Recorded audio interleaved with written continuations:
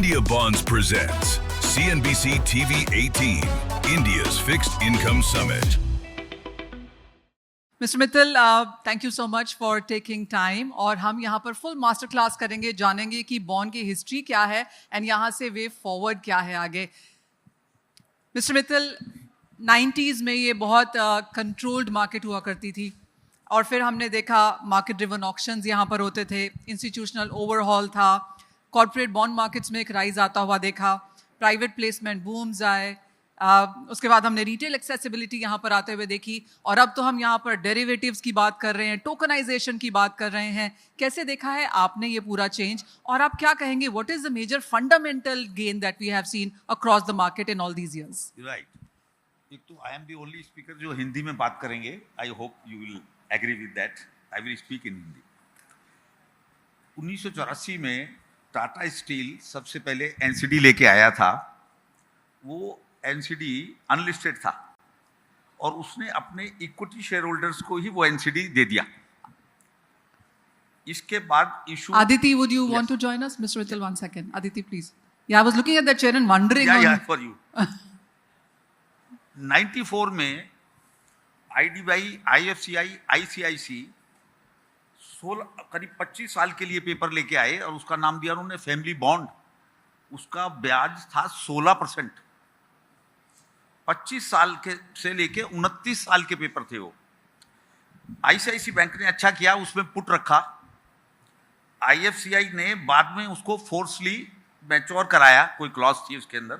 वो 7, 8, 9 साल में बॉन्ड मैच्योर करने पड़े क्योंकि 16% का ब्याज पॉसिबल नहीं था. वो बात अलग है कि उस समय इन्फ्लेशन भी 8-10% था, जो ग्रॉस इन्फ्लेशन था. उस बॉन्ड को बेचने के लिए हम बाजार में गए. उस बॉन्ड को बेचने में क्या बात थी कि हमने कहा सीधा ये आपका पैसा 4 गुना हो जाएगा तो आप इस बॉन्ड को ले लीजिए. हमारे को बहुत अच्छी फीस मिलती थी, मतलब ब्रोकरेज कहना चाहिए 1.5% की फीस हमको आईसीआईसी बैंक, आईडीबीआई बैंक ने दिया. तो we were so happy. But उसमें क्या था? कुछ भी नहीं था. उन्होंने उस बॉन्ड से पैसा लिया और बाजार में क्रेडिट के लिए उतारा. तो आप देखिए कि जो 16-18% पे पैसा गया तो आईएफसीआई उस बॉन्ड के चक्कर में साफ हो गई बाजार में से, क्योंकि 96 में उन्होंने बॉन्ड उतारा और 2001 में आईएफसीआई के साथ प्रॉब्लम आ गई. आईसीआईसी बैंक ने खैर उस बॉन्ड को रिडीम कर दिया एंड से. तो वो जो टाइम था वो बॉन्ड मार्केट नहीं बल्कि कोई भी इंस्टीट्यूशन अपनी रेपुटेशन, अपनी स्ट्रेंथ के बेस पे अनलिस्टेड पेपर बेचा करते थे. कोई आईएम नहीं होता था, किसी तरह का कोई कॉवेनेंट नहीं होते थे. इन्वेस्टर सिर्फ ये देखता था ये बॉन्ड किसका है. टाटा ने बॉन्ड निकाला, उस समय कुछ ग्रासिम के बॉन्ड आए. रियल बॉन्ड जिनकी हम आप बात कर रहे हैं वो बॉन्ड बहुत बाद में आए अपने, जिनकी मैं अभी एक के बाद एक डिस्कशन करूंगा. मैं बीच में जैसे मैंने कुछ पॉइंट लिख के लाया हूं तो माफ करना, मैं इसमें से देख के कुछ बोलता रहूंगा, आप लोग मुझे परमिशन देंगे. 2000 में इंश्योरेंस और 2008 में पीए पेंशन ग्रेच्युटी इस बाजार में आए एज ए सब्सक्राइबर. इस तरह से बॉन्ड मार्केट का इवोल्यूशन हुआ.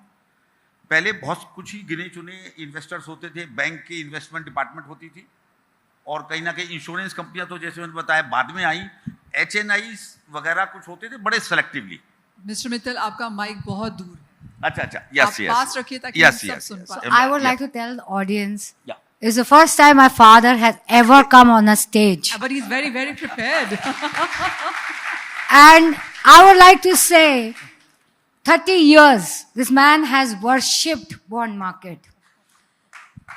Thank you boss. बॉन्ड का मतलब था मैच्योरिटी तक होल्ड करना, या फिर सामने वाला जैसे मैंने बताया कि वो फैमिली बॉन्ड्स में पुट करके आ गए थे. बीच में कोई बाजार नहीं था, किसी तरह की कोई लिक्विडिटी नहीं थी, तो it was held to maturity. तो उसमें आमतौर पे जो लोग इंडिविजुअल थे वो आते नहीं थे क्योंकि उनको लिक्विडिटी की जरूरत थी. तो यहाँ से हमारा ये बाजार मनीषा शुरू हुआ. अब ये जो बाजार पहुंचा है, हमसे पहले सभी लोग बता चुके हैं कि आज बाजार में लिक्विडिटी है, उसके लिए सबसे बड़ा काम ओबीबीपी कर रही है. और अभी मैं उस फिगर बोलूँगा कि उन्होंने 26 लाख ट्रांजेक्शन्स करे हैं. पहले साल में वो 19 लाख ट्रांजेक्शन्स थे, एक साल में ही 26 लाख ट्रांजेक्शन ओबीपी पे हुए हैं. That's a record. आज कोवेनेंट में हम लोग उसमें पूरी सारे कोवेनेंट डालते हैं। जो पहले कोवेनेंट्स होते थे जो शुरुआत में वो कहीं ना कहीं ईश्वर के फेवर में होते थे, आज जो कोवेनेंट हैं वो हम लोग इन्वेस्टर के फेवर में बनाते हैं, क्योंकि हमारा कहना है कि जो ईश्वर के पास पैसा आ गया वो पैसा अब वापस विद ब्याज इन्वेस्टर को मिलना चाहिए। तो market is tilting. So mister Mittal, आप कहेंगे इतने सालों में इतने सारे चेंजेस यहाँ पर हुए हैं, गवर्नमेंट बोरोइंग्स बहुत बड़ी है, ग्लोबल अनसर्टनिटी इतनी ज़्यादा है, आपको लगता है इंडियन बॉन्ड मार्केट अब मैच्योरिटी की तरफ जा रही है? देखिए, इंडियन बॉन्ड मार्केट अभी शुरू हुआ है। You will surprise to know, अभी हम सब लोग बात कर रहे थे, सब लोग ब्याज की बात कर रहे थे। ब्याज is a factor of demand and supply of money. हमारे पास, मैं अभी एक फिगर दिखाऊंगा, मेरे एक जूनियर वो दिखाना चाहेंगे बॉन्ड मार्केट के ऊपर। जरा एक वो फिगर डालना है इसके ऊपर। हाँ जी, we can see it. Yes, you can see. एक ये इंटरेस्टिंग फिगर है, मैं आपको दिखाना चाहता हूँ। इंडिया में हमारा जीडीपी 3.95 है, यूएस में 31.86 है और चाइना में 20.4 है। आप देखिए हमारे पास कॉर्पोरेट बॉन्ड सिर्फ 0.64, यूएस में, ये ट्रिलियन में फिगर है, यूएस ट्रिलियन, यूएस में 11.55 एंड चाइना में 11.15। That's a corporate bond figure. Percentage कितना है? 16%, 36%, 55%। 16% 4 ट्रिलियन का, और जो 12%, 11.55 है वो 32 का, और ये 20 का 5.5। तो हमारा बाजार बहुत छोटा है, बहुत छोटा बाजार है अभी। वो मैं अभी बताऊंगा उस बाजार को कैसे बड़ा करना है। अभी दूसरी फिगर आई है, जो म्युनिसिपल बॉन्ड्स आप देखें, हमारे पास सिर्फ अभी तक 0.5 बिलियन का म्युनिसिपल बॉन्ड्स हैं। यूएस में वो बॉन्ड्स 4.4 ट्रिलियन के हैं और चाइना में 7.65 के मिलियन बॉन्ड्स हैं। ये जो 4 जो मैंने बताया अपने 5 बिलियन का हमारा पास बॉन्ड है, उसमें मैं नफिट के चेयरमैन बैठे हैं मिस्टर राय, मैं थैंकफुल हूँ। आधे बॉन्ड उन्होंने सब्सक्राइब किए हैं म्युनिसिपल बॉन्ड्स के। I am so thankful to him. No doubt that bonds are going to the retirement benefit funds also. मैं वापस आता हूं कि आप देखिए कि जो इंडिया है वो अपने, अब मैं टोटल कर रहा हूं, जीसेक हमारे पास 2.19 है और यूएस के पास 36.7 है और चाइना के पास 13.40 है। आप देखिए, मैं इन सब का जब टोटल करता हूं तो इंडिया का जो बोरोइंग है 72%, यूएस का 151%, चाइना का 120%। तो आप देखिए कि हमारे 4 बिलियन में हमने सिर्फ 72% बोरो किया है कलेक्टिवली। यूएस ने 32 के अगेंस्ट में 151%, चाइना ने 20 के ऊपर 120%। जो कई लोग बोल रहे थे कि हमारी क्रेडिट बड़ी बेनाइन है, मैं कहता हूं वो कोई अच्छी बात नहीं है। क्रेडिट बेनाइन होना कोई अच्छी बात नहीं है। जो लोग पैसा ले सकते हैं वो आज पैसा नहीं ले रहे, इसका मतलब क्या है कि वो बाजार को बड़ा नहीं कर रहे। मेरी अगर कैपेसिटी है बोरो करने की तो I should borrow it. Borrowing से ही बाजार बड़ा होता है। इंडिया की जो प्रॉब्लम है वो हमारी सेविंग रेट जो 18-20% थी, वो ही 20-22% हमारी सेविंग रेट चल रही है।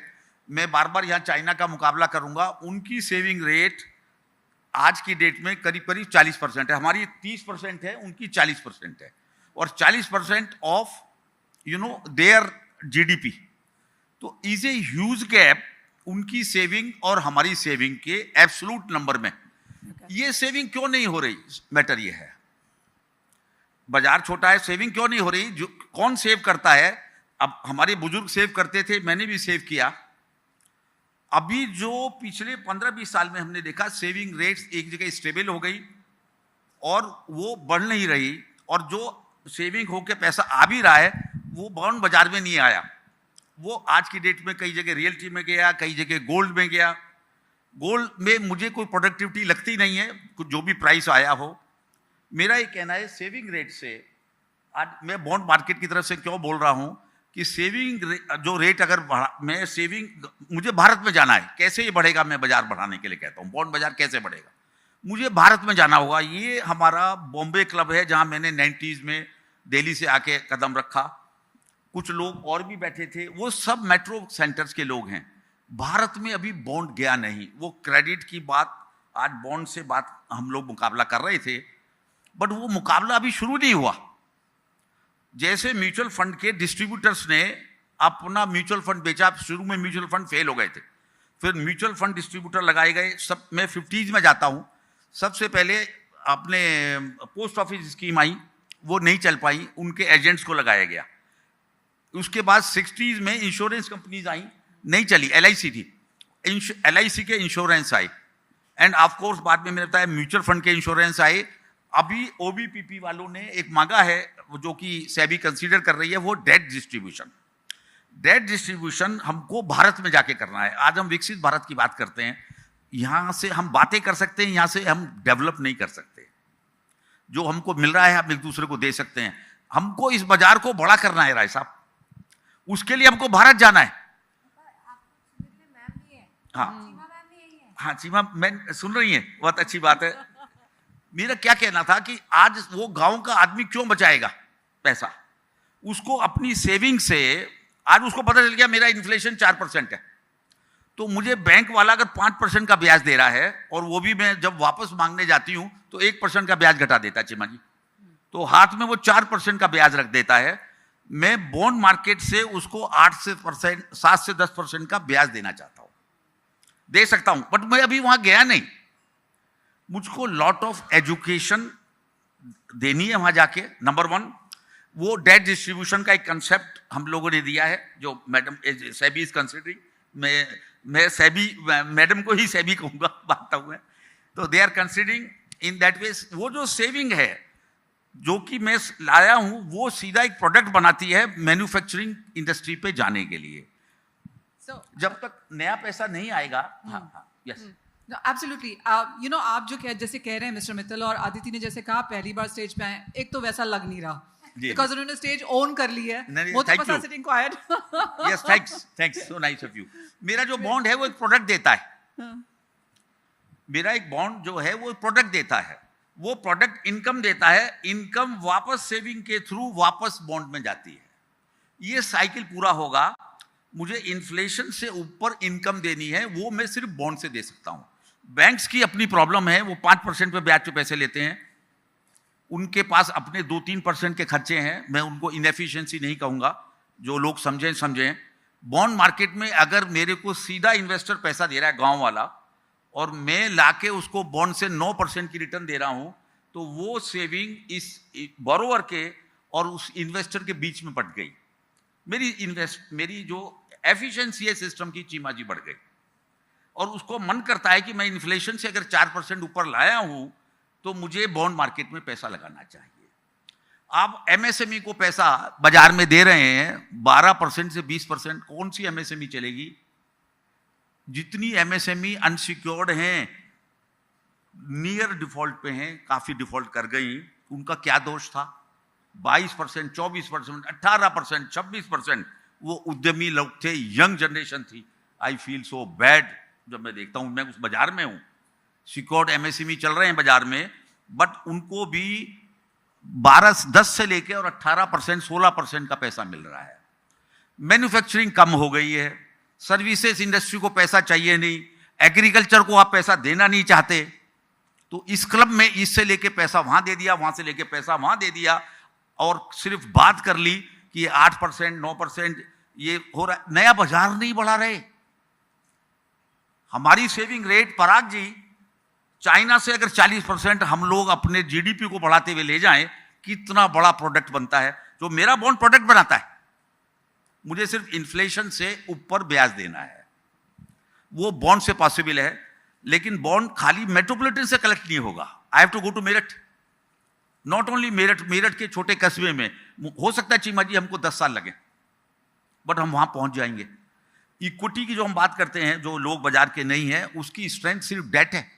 कौन सी इक्विटी बिना डेट के खड़ी हो सकती है? खाली इक्विटी से आप क्या कर सकते हैं? कुछ नहीं कर सकते। तो उस इक्विटी की बैलेंस शीट में 3 टाइम्स डेट चाहिए, 3 टाइम्स डेट।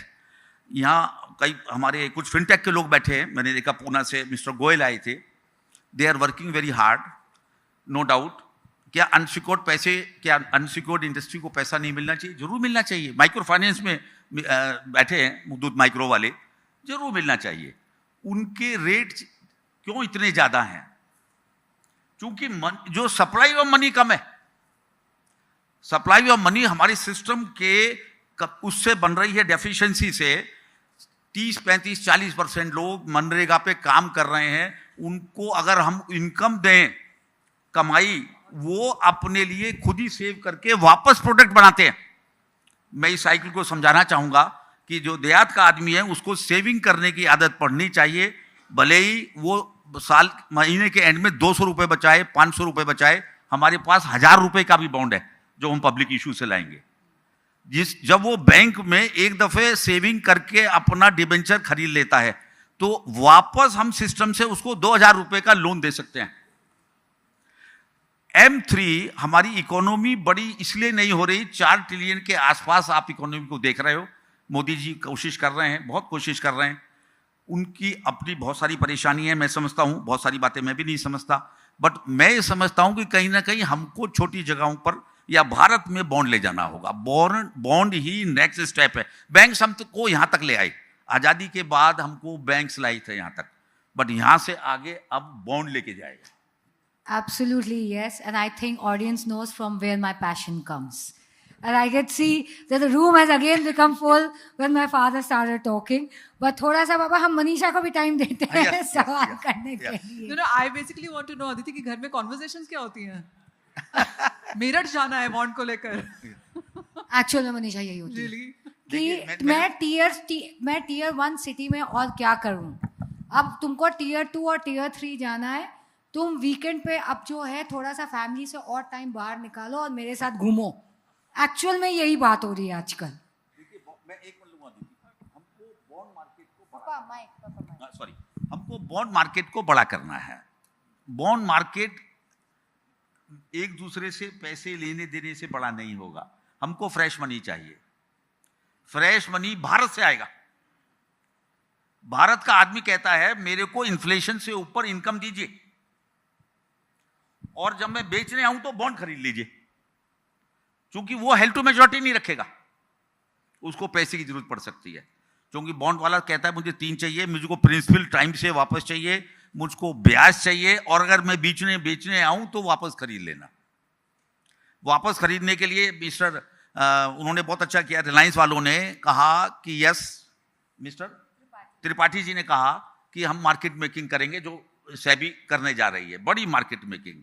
नो डाउट जिस समय वो बॉन्ड बेचने आए तो कोई खरीदार होना चाहिए। सिस्टम को हमने ही डिफॉल्ट प्रो डिफॉल्ट बनाया हुआ है। आज स्टेट लेवल में मैं काम कर रहा हूं 70 से, कई स्टेट लेवल के पेपर लिक्विडिटी ना होने की वजह से डिले हुए, डिफॉल्ट नहीं हुए। एक व्यापारी को डिफॉल्ट करता है, वो मेहनत कर रहा है, उसने डिबेंचर निकाला था, तो अगर उसको हम उसी से पहले एक डिफॉल्ट स्वैप जो आरबीआई ने कभी कहा, जो यूरोप में स्टेट्स में चलता है, हमारे यहाँ क्यों नहीं है वो डिफॉल्ट स्वैप, मैं उसका प्रीमियम देने को तैयार हूं। जब मेरे से मैं बॉन्ड निकालूं, मैं डिफॉल्ट स्वैप की प्रीमियम दूंगा। जितनी नीचे की रेटिंग है, आपने कहा कि वहां यूएस में, जापान में कई जगह रेटिंग नहीं है, बहुत अच्छी बात है, बट हमारी मजबूरियां हैं, हम रेटिंग हैं। लेकिन मैं लो रेटिंग में चाहूंगा कि स्वैप के साथ, डिफॉल्ट स्वैप के प्रीमियम के साथ बाजार में वो आना चाहिए। It's difficult to when I am giving the swap, but वो स्वैप में थोड़ा टाइम लग रहा है इस डील में। एक मेरा दूसरा कहना है कि जैसे DICGC है बैंक के लिए, मैं जो पब्लिक इशू लाऊं और जो कहीं ना कहीं नॉन इंस्टीट्यूशनल इन्वेस्टर आए, DICGC की तरह मेरे पास एक प्लान है। वो है कहीं ना कहीं हम DICGC की तरह अपना इंश्योरेंस ला सकते हैं इसी तरह का, उसको हम कहेंगे fix income credit guarantee scheme. उसके लिए एक्सचेकर पर कोई प्रेशर नहीं है, जो इशूअर है वो ही पैसे देगा। मिस्टर मित्तल, आपने ऑफ कोर्स सारी प्रॉब्लम्स यहाँ पर बताई हैं, अपना पूरा एक्सपीरियंस आपने यहाँ पर बताया, और हम कहाँ पर ये खड़े हैं। टाइम अप है, लेकिन एक फाइनल सवाल आपसे जरूर जानना चाहूंगी। काफी सारी दिक्कतें हैं जो आपने हमें एक एक वर्ड करके यहाँ पर समझाई। टैक्सेस की बात हम जब से ये प्रोग्राम शुरू हुआ है तब से यहाँ पर कर रहे हैं, तो taxes, liquidity, awareness, reaching the last mile, आपको क्या लगता है एज ऑफ नाउ किस पुश की जरूरत है? मेरे को समझता है हमको भारत में जाना है। मेट्रोपॉलिटन से हम बड़े नहीं हो सकते। हम मेट्रोपॉलिटन में सोच सकते हैं, या स्कीम बना सकते हैं, रूल रेगुलेशन बना सकते हैं। हमको भारत जाना होगा। So Aditi, अगर हम numbers यहाँ पर देखें तो what are we getting in from metro cities and what are we getting from tier 2, tier 3 It's cities? mostly metro It's mostly right metro. now because investor awareness is very poor. So what we need to do is, of course, we have learned it from other मैं एक asset minute और लेता हूँ. classes. हमको educate करना होगा. भारत में क्यों जाना है? क्योंकि उनको एजुकेट करना है. एजुकेट करने के लिए अभी पहले भी एक प्रोग्राम था. नेचुरली हमारी फ्रेटर्निटी के लोग और एक तो हमेशा तैयार है कि हम जो अपना NISM है उसके साथ मिलकर बड़ा प्रोग्राम करना चाहते हैं. मैं सेबी का बड़ा शुक्रगुजार हूँ जो आपने जैसे सब्सक्राइबर के रूप में राय साहब ने पैसा डाला, बट कहीं ना कहीं बॉन्ड तो निकले. आपने देख लीजिए जो फिगर हैं, अभी फिगर चली गई हैं. म्युनिसिपल बॉन्ड्स बहुत जरूरी थे. हमने म्युनिसिपलिटीज को कैसे काम करते हुए देखा है. गली मोहल्लों में कुछ असेट्स नहीं थे, बड़ी मुश्किल से बिजली पानी मिलता था. और मैं आज US की म्युनिसिपलिटी से अपना मुकाबला करूं तो मुझको शर्म आती है. लेकिन चलो प्रोग्राम शुरू हो गया. मैं बोलता हूं शुरू हो गया, ये स्टार्ट है, इसको अब बंद नहीं होने देंगे. You will go to India and a bond in every hand is my नारा. जय Hind. Mr. Mittal, thank you so much for that. I mean, that was like a master class as we promised you and went very, very well. Thank you. Thank you, Mr. India Bonds presents CNBC TV 18, India's Fixed Income Summit.